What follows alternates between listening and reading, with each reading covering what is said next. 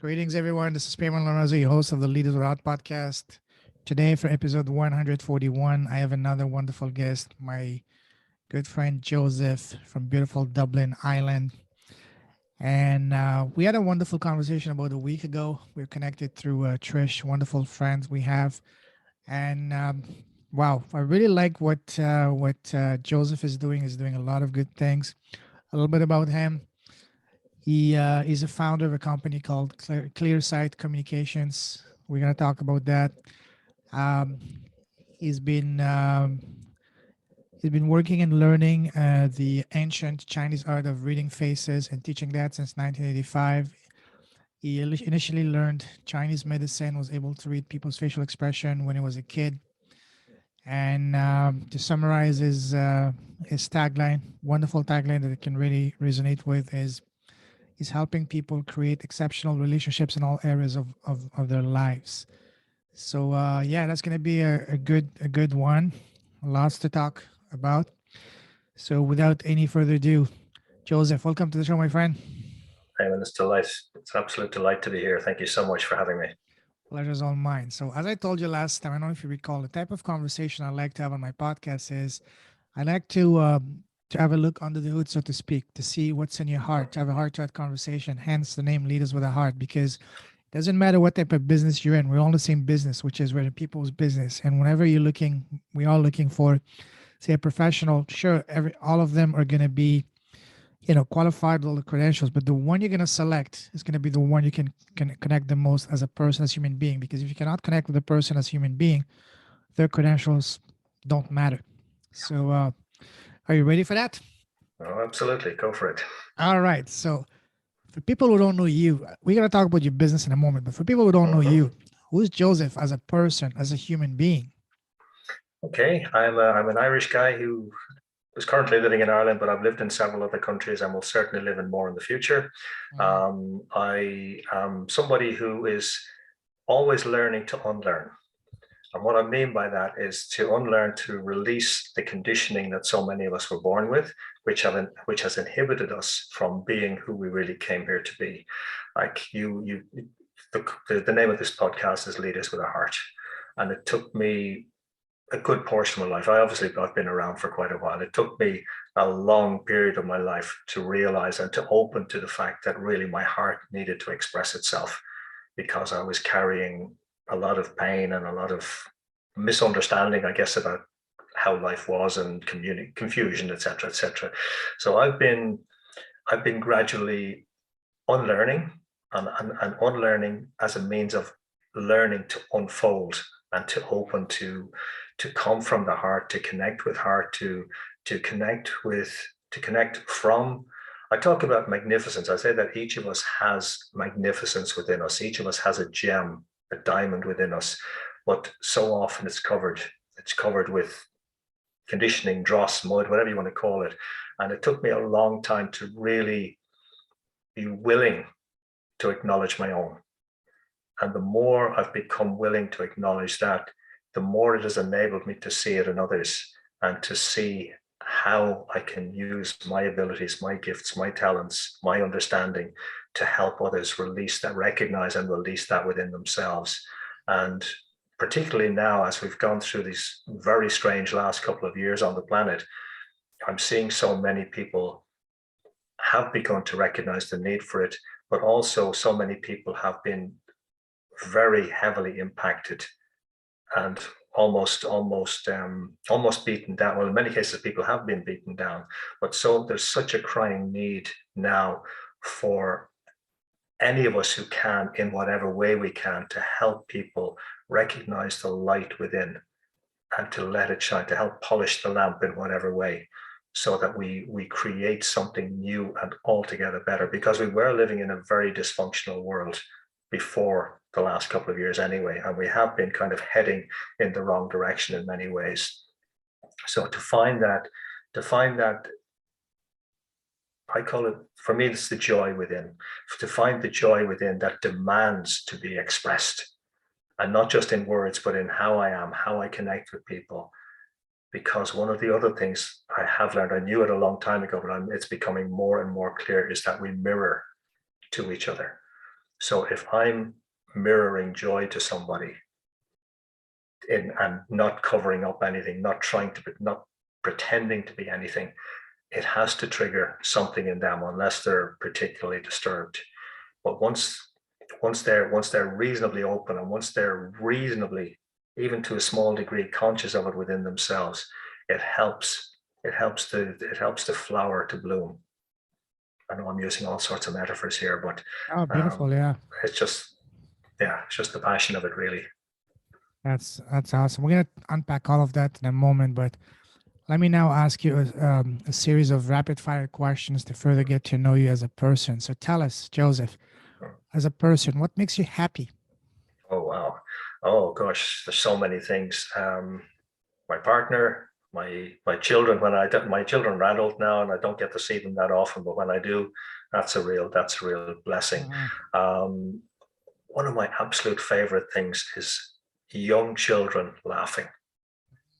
There's such a beauty in that. And one of my most treasured memories goes back to when my son was small. He was probably, I don't know what age, 4 or 5 or something.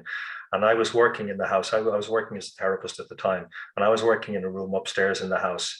And it was an evening, and I just heard this constant laughter from him. And it turned out, after the session, I went down and found out he'd just watched the first episode of Mr. Bean, and it just triggered. I could hear him. It was the laughter was so loud. It just took him over. And there's something utterly magical about children for any human being, when they give themselves over to laughter, because it communicates something so vital. So there's the beauty in music. Where do you start, really? There isn't an end to it, which is part of the beauty of it too. There isn't an end. There's so many things. Once we open to that within ourselves, that's what opens us up, and we begin to see the beauty and the joy and the happiness and the magic and all of that everywhere. Absolutely, absolutely. Especially kids are special is like a blessings, and absolutely. Wow. Now, what makes you smile? Oh wow, I love to smile. It took me a long time to. I When I was growing up, I was really uptight. I was really insecure. So my features were really, like, I was frowning a lot, like and I looked angry even when I wasn't. So once I began to relax, I learned the power of a smile, Oh yes. and and even the thought of smiling makes me smile, which kind of may sound a little silly, but there's so many reasons to smile, and we don't even need a reason. That's the thing. We don't need a reason. We can just smile, and um, it's one of the things that I kind of it bewilders me that people are going around wearing these masks and covering up Don't get me so started much, on that. so much on their faces, and children now being impacted that they're not seeing that as part of that's such an essential part of the development, to be able to see smile and expression and faces opening up, and what that communicates. But there are, just to answer the question, there are so many reasons to smile, and we don't need a reason in the first place.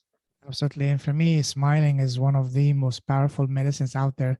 I remember a few months ago reading a quote from a doctor saying that if every doctors in the world were to prescribe 1 hour of mandatory smiling and laughing per day for every person on this planet, within a month, 95% of all ailments would be gone, because 95% of ailments are due to stress.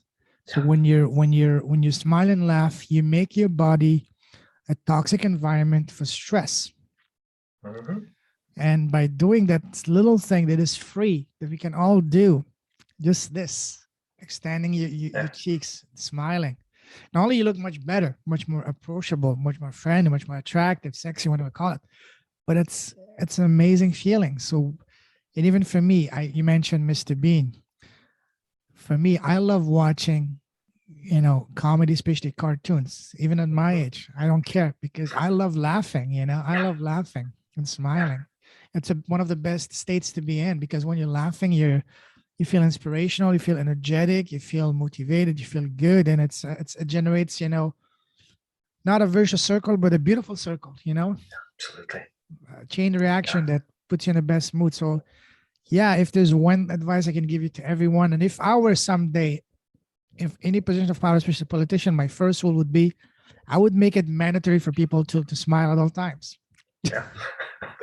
Or at least 95% of the times, you know? Yeah. Yeah. Yeah. I would call my party the smiling party. Why not? But that's why not? Why not? Yeah. Yeah. Wow, that's amazing. Awesome. Now let's take up the happiness a couple of notches higher. Joseph, tell us what makes your heart come alive? What makes you what makes you come alive and what makes your heart sing? Wow. Yeah, that's the thing. It's increasingly alive anyway, and it's really once I just take a moment, Mhm. once I just take a moment to just tune into the body. My body is increasingly telling me joy is what it's about. And I'm not ignoring the fact that there's pain and all of that in life, but this joy is what demands to be expressed. So it's simply core to my being. It doesn't require something external. But when as long as I'm not in the way of it, once I'm connected with the joy and that thing of the heart singing, then again, there's so many opportunities to resonate with it. Like I can drink a cup of tea or drink a cup of coffee and think, wow, because there's such a gift in those simple things. Um, the ability to do this, the ability to have a meaningful communication with and a conversation with another human being. I mean, what a gift that is. Totally. Where we're not pretending to be anything. We're just sharing, and we're just open to hearing and being present with each other. And Totally. what an amazing experience that is. To have that gift is so precious. Yeah. Absolutely. I agree with you. Totally. Now, let's look at the other side of the spectrum. What makes you sad and angry? Um, there's less anger now. There used to be a Mhm. lot. There's less anger, but injustice, cruelty, um, what I would describe as wanton stupidity, and a lot of the decisions that have been made by our apparent leaders in the last few years would fit into that Yes, category, absolutely. where there's a demonstrable lack of respect really bothers me. Discourtesy, um, violence, and that can be physical violence or verbal violence, um, particularly towards women or children. That really bothers me. Uh, excuse me. Cynicism. Mhm. Yeah, that's a fairly substantial list, I think. Yes, indeed. Now, what would you say is your number one personal superpower? Oh, my ability to help people, to help others connect with that, with the Mhm. magic within themselves. Yeah. Love that. Awesome. Thank you. Now, let's move forward. Let's talk about something else. You love traveling, right? Yep. What was the very first trip you took? Gosh. The first one outside of Ireland that I can remember would have been a trip to a place in the UK called Southport. Okay. It's in Lancashire, and I went there when I was, I think, 7. And the reason I went there, like my parents weren't particularly wealthy or anything, but the reason we went there was because that was where they had their honeymoon. Okay. So the whole idea of leaving Ireland and going to what was a very different country then um, was so exciting, because you were seeing, like, as a kid we were seeing sweets and um, you know uh, chocolates and ice creams that you certainly would not have got in Ireland, because Ireland is very basic and very meager in a lot of what it had to offer. So seeing these colors and not having to go to school, obviously, for a week or whatever it was, Yeah. and just seeing these places and going to an amusement park, things like that, Yeah, I mean, that was just pure magic. Imagine. Wow. Now, let me take you on a different type of trip down memory line. Go back to when you're a young boy growing up. You know, when we're kids, people around us, friends, family, teachers always ask us, so Joseph, what do you want to become when you grow up? What was your answer back then as a young boy? Okay, the initial one and the one that sustained me for a long time was a professional soccer player. Footballer. Yes, me too. Yeah, yeah. I still love soccer. It's not, What's and your I'm team? not. Um, I'm a long-suffering Queens Park Rangers fan. Oh, QPR. Yes, Yeah, yes. Good traditional team. Yes, yes. What yeah. made you become a QPR fan? Was it your father, family, or just because you loved the name and the colors? No, no. When I was a kid, my father used to buy the Sunday Express, which then was a broadsheet, Uh-huh. and I would start. He introduced me to football at a very young age. He used to bring me to football matches, and I remember him actually bringing a wooden crate for me to stand on, Oh, wow. so I could see over the side of the pitch. So he brought out a love of football in me anyway at a very early age. But in the season 66-67, Queens Park Rangers were then in what was the old third division, but they won it and they ran away with the season, but they also won what was then the League Cup in England as the first third division team to win it, and they beat a top first division team. So I was reading this every week as a 9-10 year old, and that just so that's the seeds were sown. Wow. When you were playing football as a young boy, what position were you playing in? I was usually positioned as a centre half because I was the tall. I was 13 or 14, and I was already this height. Oh, wow. So I did play everywhere, but I was invariably put in as a central defender. Who was your favorite player growing up? Oh gosh, it depended on the position, but I was also an Arsenal fan for a time, and I still have a certain love of Arsenal. So Me my too. favorite player for a period of time was a guy called Peter Simpson. He Okay. was um, he was number six on the famous double team of 1971. Left-footed player, never got an England cap, but he was always kind of on the verge. But he was a guy I particularly like. But then I also loved people like Johan Cruyff, Oh, yeah. uh, and there were a few other international players I especially loved. But I loved the authority that Cruyff had and the imagination and the willingness to bend the rules. Leadership. Oh, yeah. Yeah. So, at what point in your life did you realize that, hey, football is not going to cut it for me? I'm still hopeful. Yeah. um, yeah, I guess I don't know. Somewhere in my, I was very naive, to be honest with you, growing up, very naive indeed, and I still probably into my late teens. I still thought, but to be honest, in retrospect, I'm glad I didn't. In retrospect, I know I didn't have the capacity, but I didn't have the mental strength anyway. And if I had been taken on, I would have been chewed up and spat out very quickly, and it would have probably damaged me. So I'm very grateful that it never happened. Yeah, it's a very ruthless world. Yeah. Absolutely. Because I grew up in the south of France. This is my dream. And like every boy and most boys in Europe. And yeah, when you realize that you're not going to cut it, for me, it was end of season friendly game back in 95, under 15, 84th, 85th minute. I still remember it was 3-2 for us away. And this guy came with two legs on my left knee.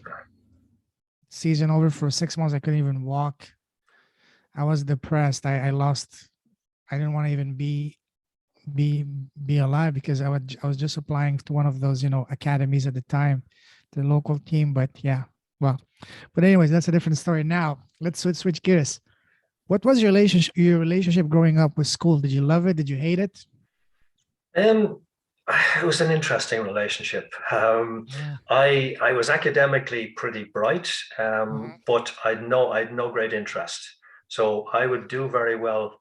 I did very well in the exams initially, and then I suddenly wasn't doing it all well. But to me, I wasn't doing anything different.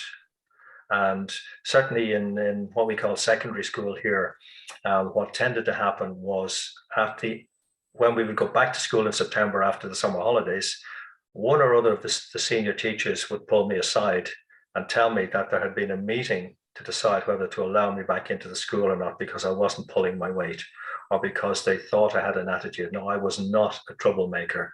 I wasn't disruptive in class, but I was perceived as being somebody who just wasn't participating. So for me, it was certain things came easily, but certain things I just couldn't get a handle. Like I couldn't get a handle on science, for example, any of the sciences. I couldn't get a handle on advanced mathematics. So it was really the football.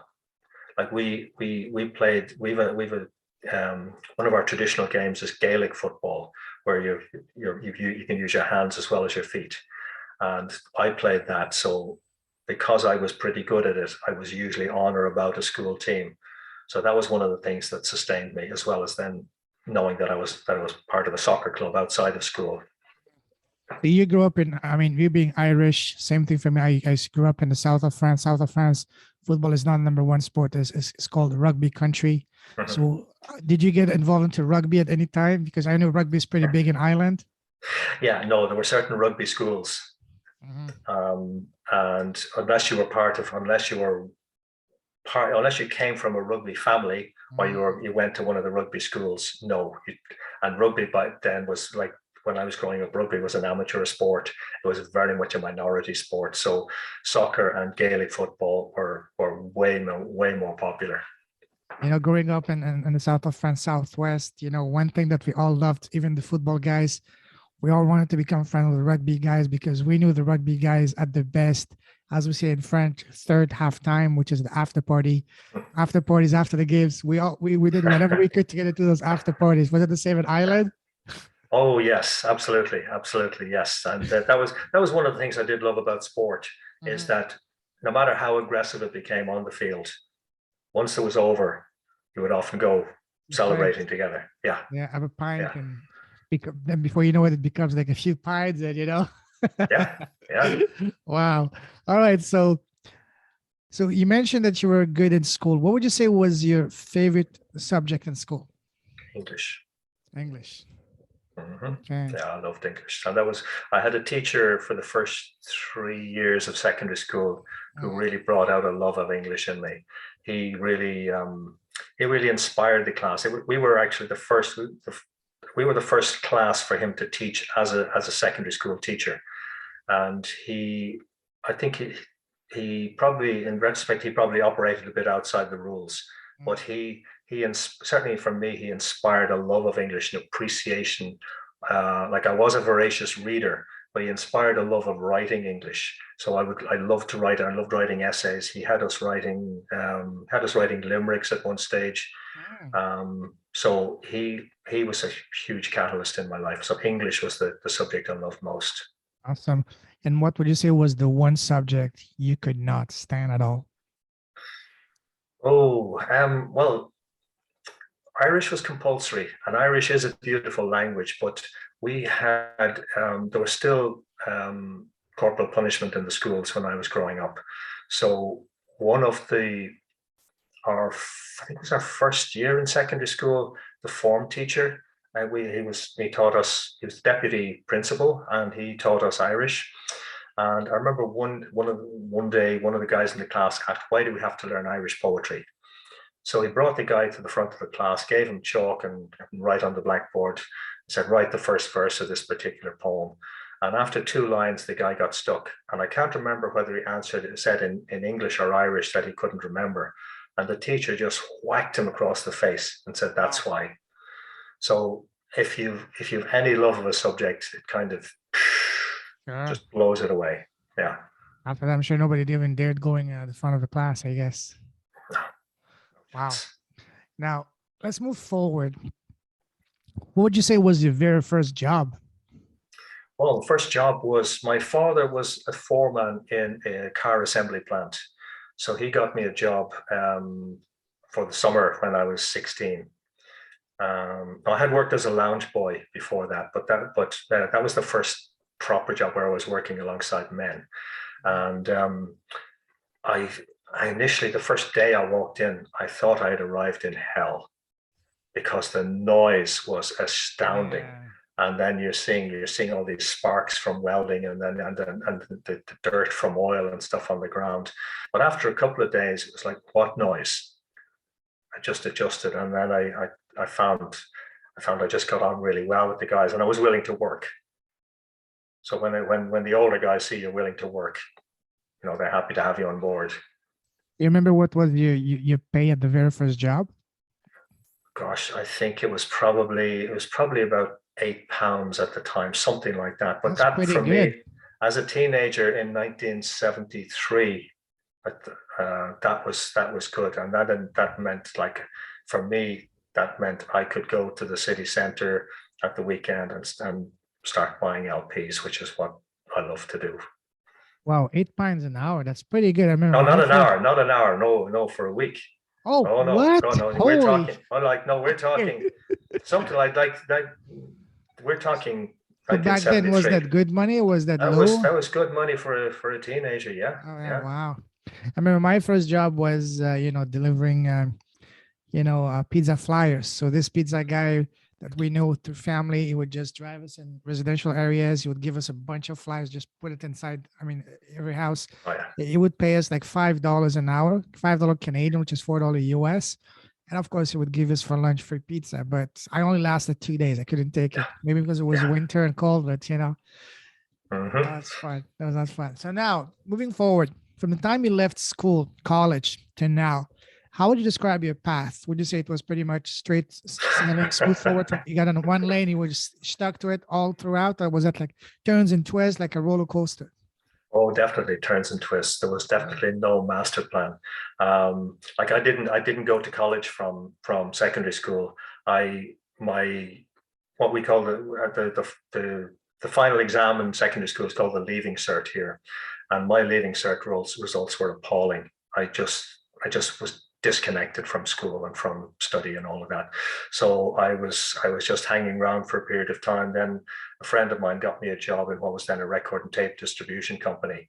So I was working in the warehouse then, and eventually became warehouse manager and buyer for some of the punk labels and stuff like that. And then eventually that company folded, and then I did what I wanted to do for years since I was a teenager. I went to Israel and spent time on a kibbutz. I used the redundancy money to get out of Ireland.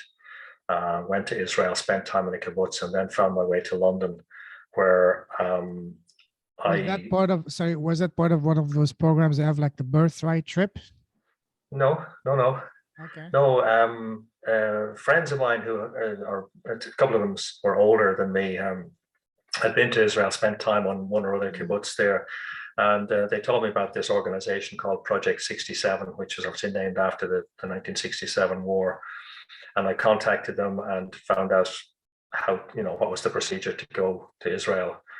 I suppose it was partly because I've been a student of history for a long time, and because I saw Israel as the underdog, and we as Irish were the underdogs. So I felt some kind of Action, empathy yeah. there. Yeah. Mhm.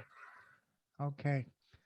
Now, I'm sure you heard the saying that says, change your story, change your life. And by story, I Hmm. mean what we keep on telling inside our head all day long. So when you, Joseph, had to change your story to change your life or bring your life to where you want it to be, how did you do it? Did you do it to the help of friends, family, relatives, books, videos, mentors? So tell us the process you use to change your story to change your life. Yeah, you never do these things. Well, I don't think one does these things alone.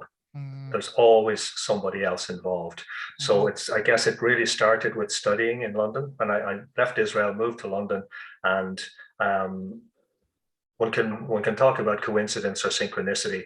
I went to this particular center in London that I'd heard of, that I knew about, because I had changed my diet to a natural foods diet before I left Ireland. And I got an address in London where I could go to this place. And it happened, it was a center. And I went one evening for a meal, and I just sat down. It was tables with benches, and I sat down at a table, and the guy was sitting opposite me, and we got talking. And it turned out he was over from Denmark to do a course. And somebody came by the table, and my new friend called him over and pointed to me and said, "This guy wants to do the course," which was the first I'd heard about it. And the course was starting that evening. Wow. So I signed up Perfect for the timing. course. Yeah. Yeah, absolutely. So I signed up for the course there and then without knowing anything about it. I just assumed it would be a lot about nutrition and how to develop my interest in natural foods. But it included a module on shiatsu, which included a module on reading faces. Wow. So that's where it started. And I lived in London for 4.5 years. Then the opportunity came. My then girlfriend, now ex-wife, was German, and her best friend was getting married to the director of a center in Hamburg, which was like a smaller version of where we met and studied in London, and they were looking for people to go there. So it just seemed like the obvious thing to do. So that was when I really started to do it and use it and practice. All right. Awesome. So you mentioned facial reading and all that. So what is the first thing you pick up when you see someone just through reading their facial expression? What is the first thing that you usually pick up? Well, for me, it's always the eyes. Mhm. I'm always intrigued by the eyes. There's an old saying that the eyes are the windows to the soul. And even without thinking in terms of metaphysics, the eyes reveal so much about where the person is at in their life right now, their state of well-being, their state of happiness, their state of fulfillment.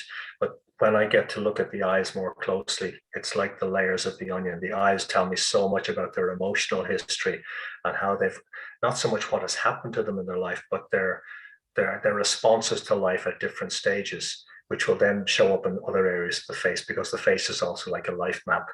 So it's for me, it's primarily the eyes. If I saw nothing else, and in fact, when I see people wearing these masks, there's still so much information revealed to me, because the Yeah. eyes just tell you so much. And you'll often get with celebrities in particular, but not just celebrities. You'll often get the eyes telling you different messages, because an individual's right side tells about their public persona, the left side Oh, tells about the private persona. oh wow. The, the right side also tells about their relationship with their mother, and the left side about the relationship with the father. So there's Wow. so many levels, so many layers of information there. See, that's what I love about the podcast. I'm talking to people and learning about things I had absolutely no idea even existed. So wow. So when you look at me, especially the first time, what kind of information are you able to read from just my facial expression and my eyes? Just quickly. Okay. Yeah. Well, the first thing when I see somebody with a kind of a round face like that, like we are predetermined or predisposed genetically, I think, predisposed to respond favorably when we see somebody with a Mhm. rounder face. Okay. Like if you can imagine like a baby's face, you see a baby's face, and you soften, you open. So that's the first thing. When I saw your face, I immediately felt well disposed towards you. I felt, yeah, this is somebody I like. Oh, So awesome. that's the first thing, and that's without any interaction whatever. But then I look at the eyes. Now, obviously, you're wearing glasses, and you're wearing glasses for a purpose. But there's even behind the glasses, I can see and I don't say nice things for the sake of it, by the way. There's a clarity in your eyes, and it tells me that you are really engaged with life. There's a real spark in you, Oh, that yes. you are very present. You love life. You Oh, want to be yes. engaged. You're doing this to learn, and as we were talking at the beginning, to share. Totally. You are fully participating in life, and your eyes alone tell me that. Thank you. That's amazing. Wow. Now you're making me curious to learn more about that. Is there any books you would recommend to someone that is brand new, has no idea, but is curious to learn more about facial readings and all that? Yeah, there's a huge number. If it depends on the perspective from which you want to look. There's my in fact my one of my primary teachers died recently, a woman called Lillian Bridges, and Wow. it's Lillian's book is face reading in Chinese medicine, I think, but it's very readable. It's not just applicable to Chinese medicine. There's a guy called Mac Fulfer, Mac is a former, he's in Texas, he's a former lawyer who basically developed his face reading skills to such a degree that he became more Wow. in demand for that than his legal skills. And he does a lot of corporate work. And he's a book called Amazing Face Reading that is very accessible. And I have a book of mine. In fact, I'll send you a copy of my own book, but mine is just a very basic information primer. It's What is not. the title of your book? It's called Face Facts: The Art of Reading Your Clients and Prospects for Sales, Negotiation, and Recruitment. And it's only available through my own website. It's not on And Amazon? no, there's a Kindle version on Amazon. Okay, let me look on Amazon right now. So face fact, and I Face did found the Facts. one you mentioned. Facts. I did found the one you mentioned from Lillian Lillian Bridges, face Bridges, reading yeah. and Chinese medicine. I also found another one that's very interesting. That is The Power of Face Reading: A Simple Illustrated Guide to Understanding a Universal Language by Brenda Benz. Have you heard of that book? I don't know. Okay, Brenda, to be honest. that's Yeah. fine. All right, so let me find your book, Face Facts. By it's on. Is it under your name or a pen name? No, it's under my name and it's only on Kindle. Okay. I'm not finding it. Okay. So what's the full title? Face Facts? Face Facts: The Art of Reading Your Clients and Prospects for Sales, Negotiation, and Recruitment.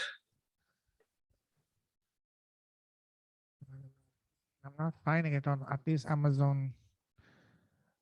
Or maybe I'll look it up later. So no worries. Okay. I'll look it up later. Okay. Wow. That's amazing.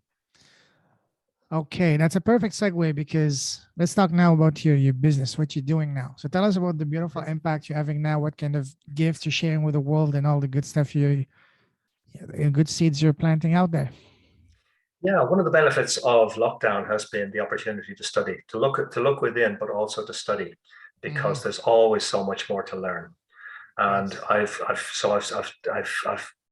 I've deepened my skills in terms of reading people, not just reading faces, but reading body language, reading micro expressions, reading a lot, reading the non-verbal clues a lot more deeply, reading, understanding a lot more about tone of voice, rhythm of voice, pauses in speech, developing my listening skills, developing my negotiating skills. So I'm using a sort of an umbrella title for a lot of what I do now, which is communicate, negotiate, and collaborate. And I'm helping teams with their communication, their negotiation, and their collaboration. Because one of the things that happens is even the fact that technically we're speaking the same language doesn't mean we understand or process language in the same way, and especially when teams are multicultural now. So I'm helping people recognize each other's communication patterns. So from the visuals, because a lot of what happens is people talk at or across each other, and it leads to misunderstanding, miscommunication, and a lot of stress, aggravation, lack of productivity, lack of motivation, etc., etc. So I'm helping people to bridge those gaps so that they're communicating more effectively and actually understanding how to get the message across in the way the person they're speaking with needs to receive it, as opposed to just what we tend to do is we tend to see the world through our own prism and our own experiences. So rather than just talking from the perspective of I know this or giving people information, we're taking the other person on board. So I'm helping teams and individuals and executives with that. Love that. So would you say that facial expressions and all that, they're universal regardless of culture and background? Yeah, certainly. If you get into micro expressions, they are, and there's a lot of study being done even with people who are blind, where when they're happy, sad, angry, they will still, and they've had no visual indicators, they will still show the same facial expressions with those various emotions. So how can facial in a concrete way, how can facial reading expression can really help and benefit a business person from a business perspective, especially when they're dealing not just with people, in both cases, people from their background, but also people from other countries? How can it really help those people? Yeah, again, it helps with the communication aspect, Mhm. because when we learn to read the clues, the cues accurately, we recognize each other's communication style, we recognize each other's behavior style. And some people, for example, will be much more analytical by nature, much more linear.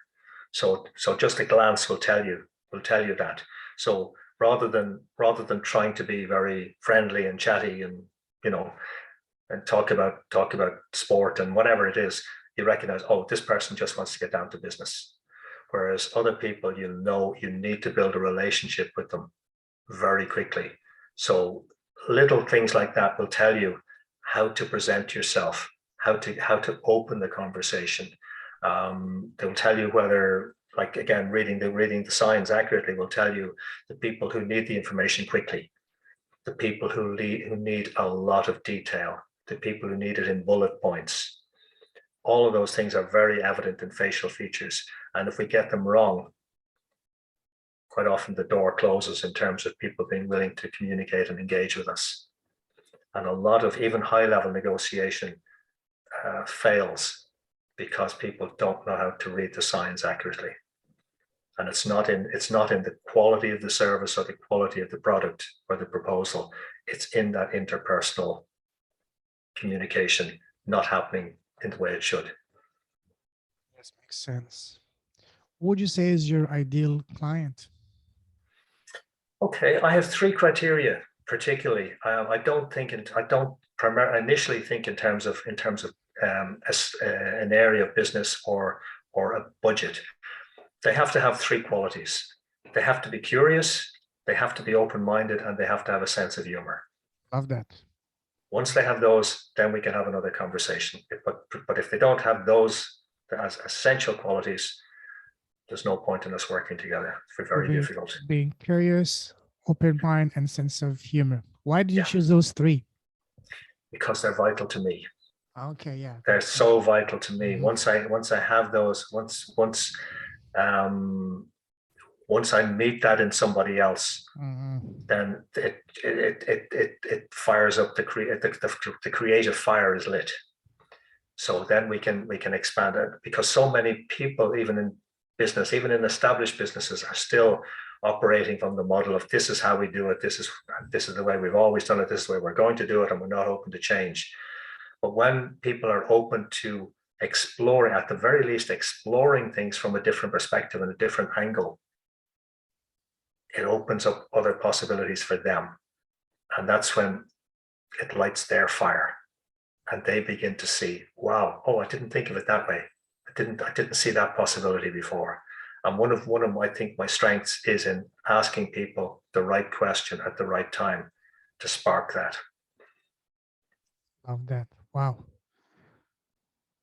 Tell us about the your program. What's the structure? Is it one on one? Is it small groups? Is it big groups? Is it videos? And how long is the program? How long does it take for one of your clients and when they join your ecosystem to actually seeing results, roughly speaking?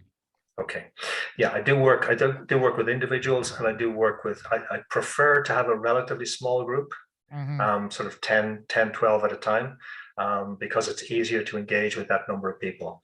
So there's the individual programs, which is usually done over, it depends on, um, I do get some people coming for sort of one-off stuff, but it's usually to do with a relationship, because I do help people with the communication in their domestic relationships. But when we're talking about business people, when we're talking about like senior executives, we'd usually do a program probably over somewhere between 3 and 6 months, depending, and that's to help them with their communication, their presentation, the behavioral side of how they negotiate. Because again, negotiation can be very heated for a lot of people. It can bring up a lot of anger, a lot of pain. So I'm helping people deal with that in a much calmer way. And then their communication that can be general communication, or it can be communication with specific individuals. So that's usually over a period of a few months. And then there's the umbrella program of communicate, negotiate, and collaborate, which is a 7-step program for teams within companies, which is usually over 4 to 5 months. So that's where you're taking teams through a several step process. As I say, it's usually 7 half days. And then I would expect people can expect to see definite results, both in terms of the internal workings of the team and their client customer, or the team customer relationship improving as a consequence. So you're talking about obviously motivation, presenteeism as opposed to absenteeism, creativity, engagement, and then obviously the bottom line, sales or income rising. Absolutely. Wow. So one thing I'd like to know is, you've been doing this for a while now. Can you share with us an example of the most remarkable transformation you've seen from one of your clients so far using your program? Oh, most remarkable transformation. Gosh. Well, the new program is literally new. I've developed it. I've developed it over recent months because I probably wasn't clear enough in terms of putting a really coherent program together. So I was doing things probably a bit too piecemeal. So it's really more individual clients. A lot of what I was doing was advisory, right? More than working with individual clients. I was advising clients on their clients. So, and that was both in terms of companies and in terms of individuals, because I had a lot of individual coaches or executive coaches as clients. So I was helping them with their clients when they would reach an impasse, helping them to recognize what's the block here, how do you take this past it, to recognize how to really open the client to progress it further. So there was a lot of that. There was a lot of that in terms of interviews as well, senior level interviews, where I was helping people to differentiate between clients of apparently the same caliber, and helping people avoid hires as well. So it was more, I was doing it more from that perspective, really, rather than working with individuals to help them transform. Okay. What is your, how are you getting your client? Are you using, do you have a specific marketing game plan, or is it strictly and mostly referrals and word of mouth? It's primarily referrals, word of mouth. I do a fair bit of networking, but there are particular networks I work with. And I've built up very strong relationships, because so much of what I do is about relationship, and my whole purpose, as I mentioned, is helping people create exceptional relationships. So it is through relationship. Like obviously I'm on LinkedIn, I'm on Facebook, but really it's the human relationship that makes the difference. Absolutely. Wow. You know, in business, there's a powerful principle called having a unique selling proposition, or being a differentiator. What is yours? What sets you apart from all your competition? Yeah, I've never come up with a USP. I've looked at that. I've looked at the elevator pitch bit, and I've never come up with that. Really, what I do is really I am my selling point, and people either like me or they don't like me, or when I get all sorts of reactions, because I do get people who are afraid that I'll be looking into their soul and seeing all their dark secrets. But once people are reasonably open to having a conversation, I look to have the conversation with somebody. And even if it's on Zoom, I will ask them, even if they're skeptical, I will ask them to show me a face on Zoom, even just holding up their phone, of somebody they know well that I couldn't possibly know. And I will tell them something relevant about the person that I couldn't possibly know. And then they're either interested in having a further conversation or they're not. But that's typically what works well for me. When you do a face reading, what kind of information do you have access to? Is it similar to a medium? You get access to their energy, vibration, and all that, or you just strictly focus on what you see and the messages you're getting from that? Yeah, it depends on how open the person is, really. I'm not looking to uncover anybody's dark secrets or look into anything negative or unpleasant, although sometimes I will see it. And if I see it, I will call it. But what I'm seeing is there really, the Chinese use the word shen, and the shen is reflected in the eyes particularly, and shen is spirit, but not in the sense of being spiritual. It's their willingness to engage with life, their presence. And really, I'm seeing that first and foremost, how alive somebody is, and whether they're really engaged, whether they're really showing who they are, showing up as who they are and who they're capable of being. Are they really open to full flowering, full blossoming themselves, and really sharing what they have with other people, and engaging in that whole magical transformation when we open up to each other.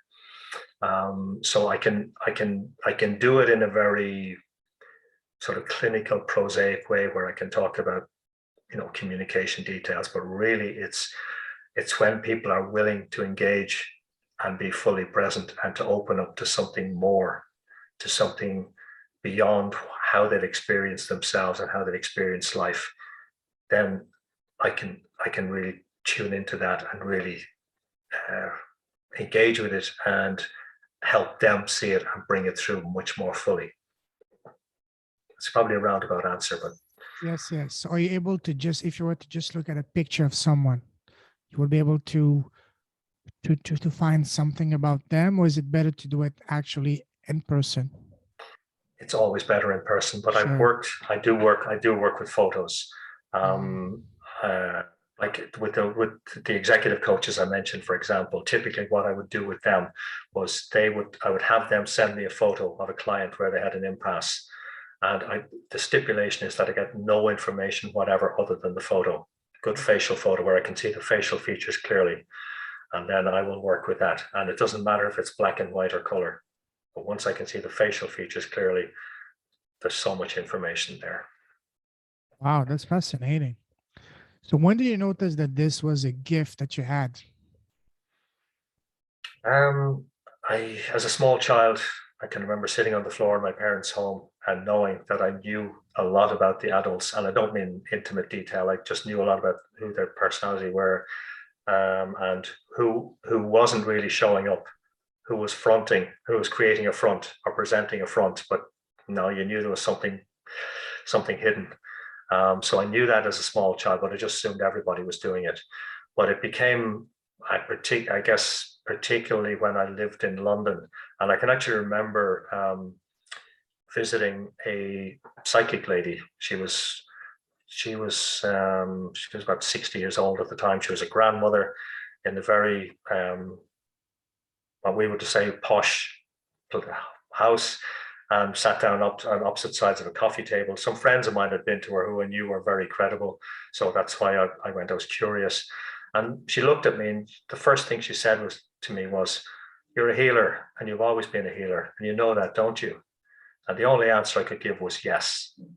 Wow. So that was probably a moment that cemented it for me. So for you, did you already knew you had this skill, or was that something that you became aware of progressively? Was it a specific event that said, "Oh, I have something," or was it something you already knew, or was it something that progressively you started to realize that, hey, I might have something specially? I think it's been progressive. Mhm. I don't think it was one moment. And the thing is, the more we open to ourselves, this is one thing I've really learned. The more we open to ourselves, the more our gifts demand expression. Sure. They insist on being expressed, and they insist on growing. And the more we share them, the more we are refilled, and the more we then know. And there's a big difference for me between knowing and believing. I'm not interested in believing. I'm Yeah, only interested in knowing. absolutely. Yeah. And when we get out of our own way, there's an internal knowing. And once we know, we can't unknow, because there's such a powerful feeling to it. Yeah. There's such that feeling of being absolutely alive, and it requires expression. There is no way around it, but there's no limit to it either. Mhm. So When you so so, sorry, when- go ahead. so when you first understood and realized that you have a special gift, what was your very first initial reaction? Did you freak out? Did you wonder if everything is okay with you? Did you say, "Wow, that's amazing"? Did you embrace it right away, or did you still add some kind of pushback? Hey, this is not normal. What's happening to me? What was your very No. first reaction Oh, I don't know about before the you even first understood? reaction. Yeah, Sorry, yeah. before you even Yeah. understood what was actually going on, before you started doing the studies, to say, "Oh, wow, this is what Mhm. it is." Yeah, I probably was excited, but the thing is, I was so insecure for Mhm. so much of my life, and I felt like I was an alien here. So I felt like I don't know if it's safe for me to be here. I don't know if it's safe for me to share this. So it took me a long time to get past that.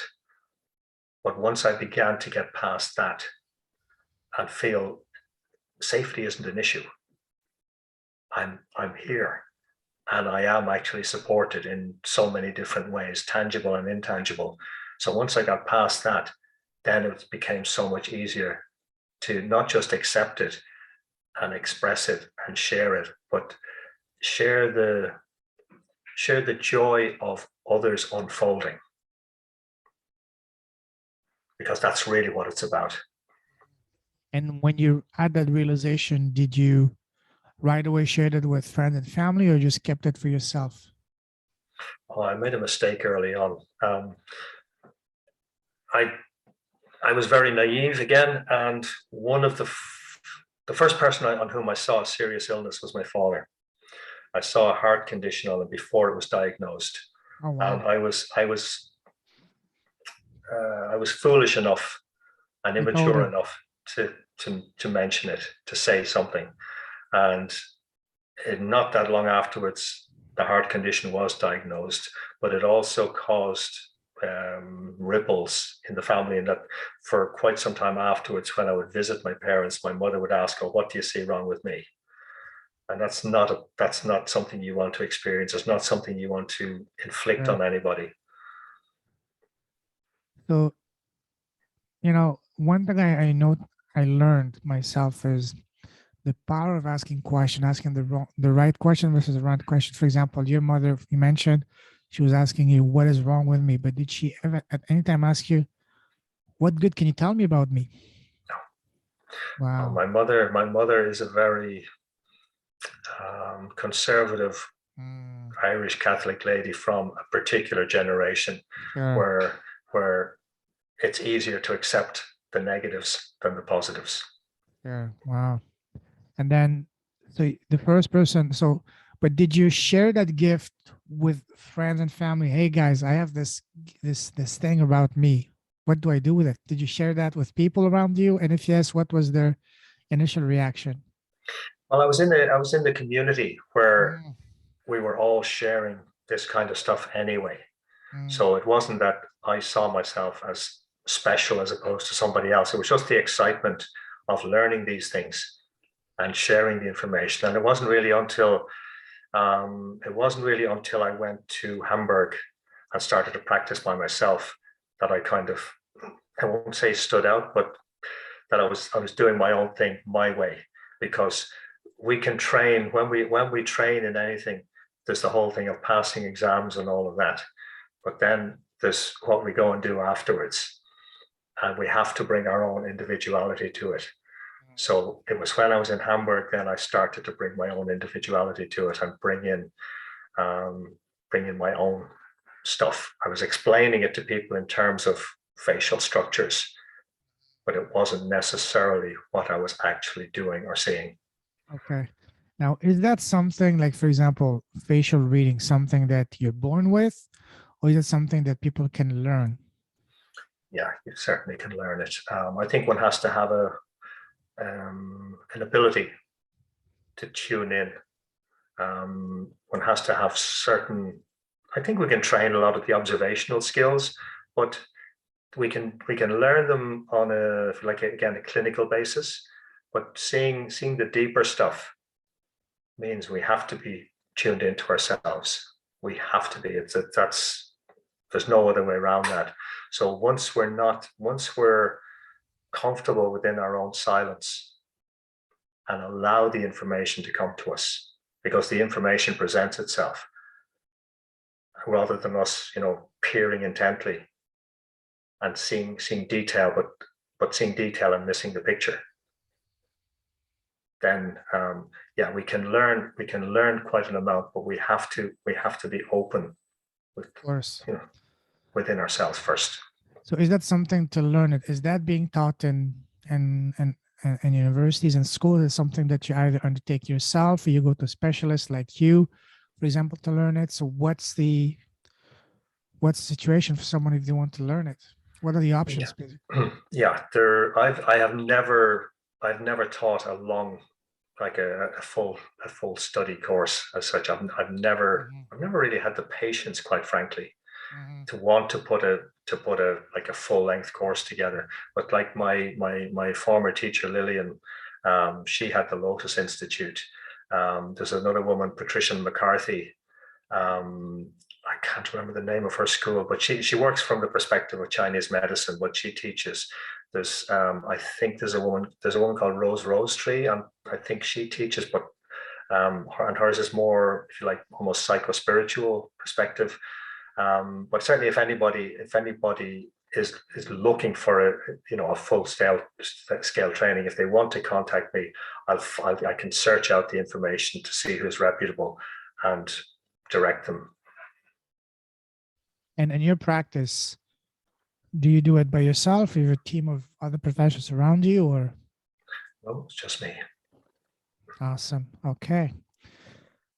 Wow, that's fascinating. See, now you got me. I already bookmarked the book on Amazon. Now I'm gonna get it and look at your book. So I have another table right in front of me, and it's building up almost like it's blocking my view from all the books that have been referred to me from people from the podcast. And I wish I can clone myself or take maybe a 3 months hiatus and just lock myself, on a cabin in a tropical beach and just with my books for 3 months, because there's so many wonderful books out there. Wow. Yeah. All right, let's move forward now. The theme of this podcast is causes. What would you say for you, Joseph, is a cause that you're deeply passionate about? Yeah, it's not so much. I'm not attached to like formal causes as such, although I have been involved in one project here in Ireland to help end homelessness. Oh yes. And because that is a really insidious, horrible issue, and particularly when we had the longest lockdown in Europe, and at the worst of it, you could go through the city centre and see some of them, like the main thoroughfares where they had the biggest brand shops, and you could see people living in tents outside some of those shops where they were closed, and the numbers of people in homeless situation is certainly growing here. Yeah. So that's something I feel very, very strongly about. But really, it all comes down to so many of these problems can be solved relatively easily as long as people are open to really engaging and sharing the resources. And the thing is, the richness we can gain from it. Not just what we can give, but we can gain from engaging in it. It's actually quite profound. So we can. It has to be, for me, any cause has to be something that is about doing something positive, not fighting against something. It's changing something for the better, but working with people as opposed to against people. And that's so often what I see in causes is people working against each other and fighting against the system. And it doesn't, to me, it's not the way to go, not the best way to go about it. I can see it happening. I can understand why it happens, but it's not the best way to go about it. Sometimes you have to go underneath the system and undermine it, go around it, but fighting it just creates conflict. Wow. Absolutely, I agree with you. Absolutely. And you mentioned homelessness, and that's also a big issue in North America, especially in the US and the big cities. It's really getting out of hand, and it's really sad. Absolutely, I agree with you. Totally. Now, I really love talking to you because, especially, I love what you're doing. It's very fascinating. I could spend hours and hours just listening to you talking about, facial readings and all that. But let's wrap things up. We might do a part two where you're going to talk about that, maybe even do a live reading, whatever, but we'll see. But let's wrap that up. And for that, I will, to finish off, I want to ask you a series of rapid fire questions on Mhm. advices. Are you ready? Yep. All right. So, what would you say, Joseph, has been so far for you the greatest piece of advice you've received? Yeah, it was probably my father. Mm, Um, when I got married in Germany in 1985, my parents came over for the wedding, and I remember spending some time with my father. And he told me that he realized he had made a lot of mistakes with myself and my sister growing up, but mm, he had no regrets because he did the best he could at the time. mm. And Yes, there was huge wisdom in that. absolutely. That's beautiful. Now, what would you say, on the other hand, has been so far the worst piece of advice you've received? Yeah, the one that comes to mind, and I don't know if you'd call it advice, but the one that Get a lingered with job? me. um, no, the one that lingered with me, and I don't know if that you call it advice. It was actually I went for a reading, a psychic reading, a long time ago, and um, I was told you'll never be rich. You'll always scrape by, Wow. but people will give you enough to keep you alive. And Wow. that's not the exact words, but I was in a very vulnerable place in my life at the time, and that impacted very, very deeply. Oh, And absolutely. Yeah. yeah. Wow. It would be fun if you're still in touch with that person, go back, say, hey, guess what happened? You were wrong, my friend. Not to rub it in, but but just as, hey, be careful with the words you use, especially people Yeah. if they're in whatever moment they might be. Wow. Awesome. Now, imagine that you were blessed with a time machine. You can go back in time and sit face to face with an 18-year-old Joseph. What's the number one piece of Mhm. advice you would give to him, knowing all that you know now? Whoa. Trust yourself. Trust what you actually know. Trust that you know what you know. That's the thing. And learn to smile because you have great joy within you. Mhm. And when you express the joy, life will meet you there. Totally. Love that. Now, do you have your own podcast? No, I don't. Not yet. All right. What's the reason why you haven't had your podcast so far?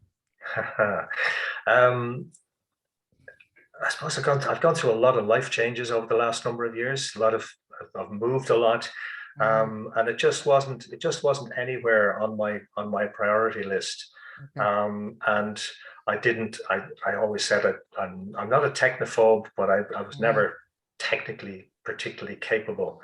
So I kind Okay. of learned enough skills to keep me going, and so I've Um, kind of got to here without having a podcast so far. But I know okay. you have other ideas there. Yes.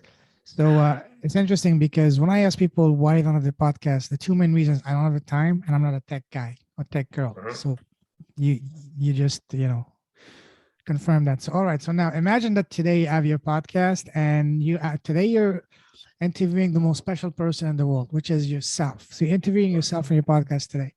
What's the number Mhm. one question you want to ask yourself? Don't think too much. What is the first question that comes to Oh, your mind? okay. What's the yeah? What's the next stage? What's the next stage in your own growth process? What's Mhm. the next? What's the next thing that's going to add to your joy? And your answer is Oh gosh, that's a good one. That's a good one. Yeah, the next one. Oh gosh, yeah, you've got me there. You've really got me there.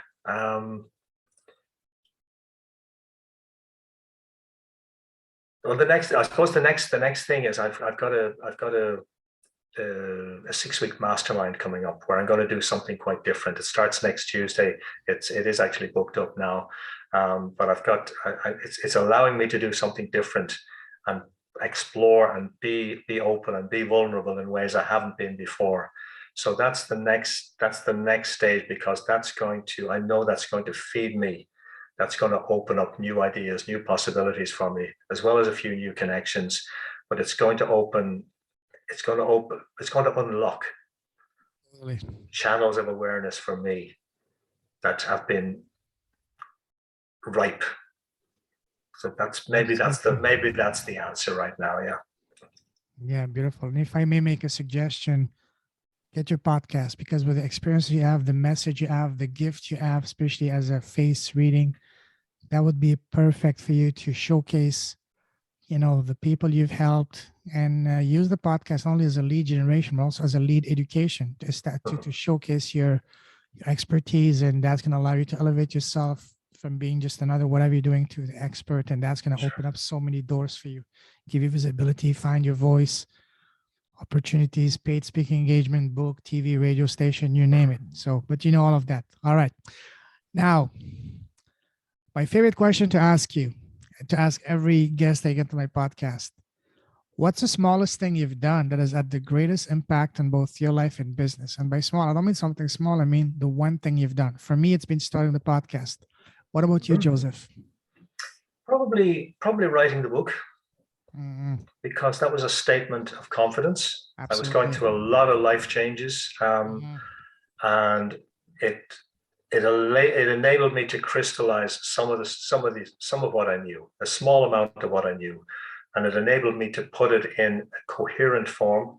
It caused me to be disciplined in a way I was kind of reluctant to be, and it made a statement of me in the world doing what I do, and taking me past that place of feeling unsafe. Awesome. Beautiful. Now, if someone wants to connect with you, what's the best way to do so? Probably LinkedIn. Okay, just your name? Yeah, just my name. That's McGuire, McGuire. Okay. Yep. We'll put that in the show note. Do you have a website you want me to put on the show notes? Yeah, the website is clearsightcommunications.com. Okay. I'm certainly a bit behind in terms of updating that, in terms of content and all of that, but that's work in progress. Okay. Well, I'll put that in the show notes. Listen, Joseph, absolute honor connecting with you. Amazing talking to you. You have a wealth of knowledge. You have a beautiful message and gift to share with the world. Keep shining your light. Keep blessing the world with your impact, your message, and your presence. I salute you. You're a true leader with a heart. Stay safe. Stay awesome. God bless you, my friend. We're definitely going to be keeping in touch. Take care. Bless you, Damon. Thank you so much. Thank you. Bye-bye. Bye-bye.